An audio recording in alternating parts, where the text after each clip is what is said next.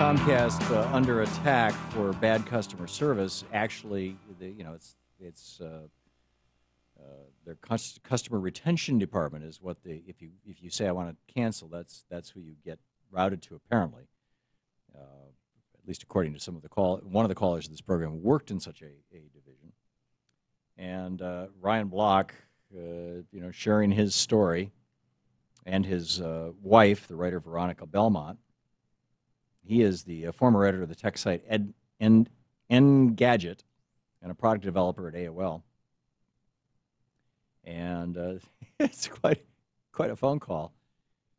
What it highlights, though, is not that Comcast is some big evil company or AT&T or fill in the blank.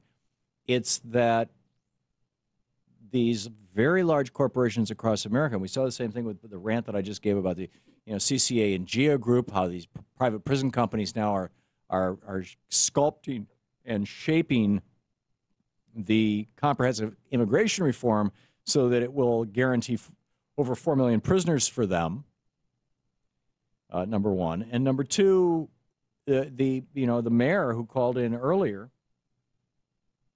Mayor Adam O'Neill, conservative white Republican mayor of Belhaven, North Carolina, who's SaveOurHospital.org, who's saying enough already. And this is pretty grim stuff. What's going on, and because his town is under attack by a hospital corporation, a not-for-profit hospital corporation that pays its CEO $2 million a year. This is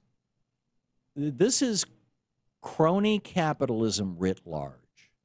And it's crony capitalism enabled, in fact, I would say caused, by the Supreme Court of the United States coming up with doctrines that have become law that no Congress has ever put forward in the history of this republic. In fact, to the contrary, when Congress acts on corruption of public officials, they try to stop it.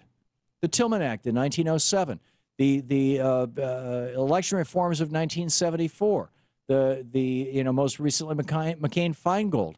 I mean, over and over and over again, Congress has tried to put an end to corruption. And there's a very simple reason for this. Members of Congress, both at the state and federal level, would much rather be legislating or playing golf than having to beg rich people for money. It's real simple. And the Supreme Court says, no, sorry, you've got to beg rich people for money. And you've got to let corporations buy you off, too.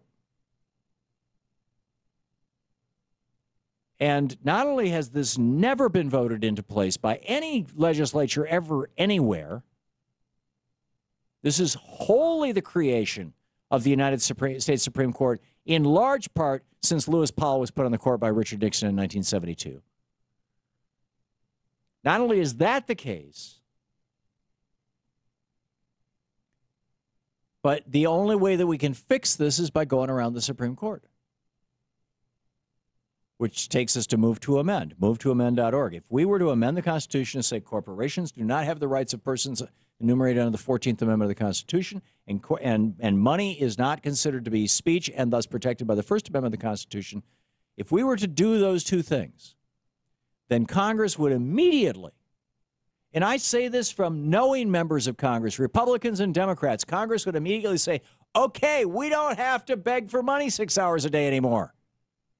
That's what McCain-Feingold was all about. It's why John McCain and Russ Feingold, the most conservative and the most liberal members of the United States Senate, respectively, got together and said, let's pass a damn law. We're sick of this.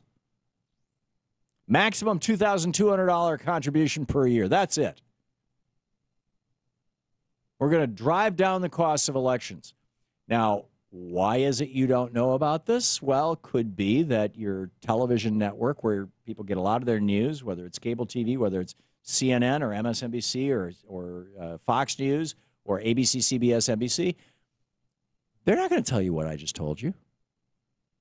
Because when $1 billion gets spent on a presidential campaign, as was spent in 2012 by the Obama campaign and was spent in 2012 by the Romney campaign, when $2 billion gets dropped, when $5, $6, $7 billion gets dropped nationwide in political campaigns from coast to coast for the House, for the Senate, for state houses, state senates, governors, all of these things, when $5, $6, $7 billion gets spent, where does it get spent?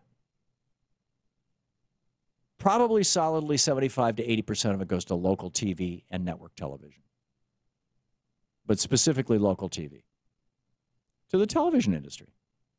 And so they're not going to tell you about this.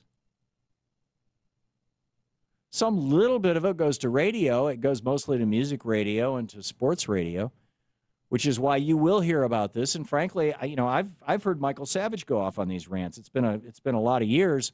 Well, it's been 4 years specifically since we lived in Portland, Oregon, and Louise and I used to take long drives after I got off the air, and we'd drive out to Oregon City. There's a great little pizza place out there that had gluten-free pizza. We'd drive out there for lunch, and all the way there, we'd flip on the radio and listen to Mark Levin or listen to Michael Savage or some other, what are they up to?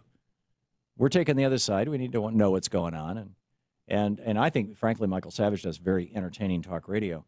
I think he's a very talented guy, as is Mark Levin, for that matter. Those are the two that we could listen to during the time part that we were driving.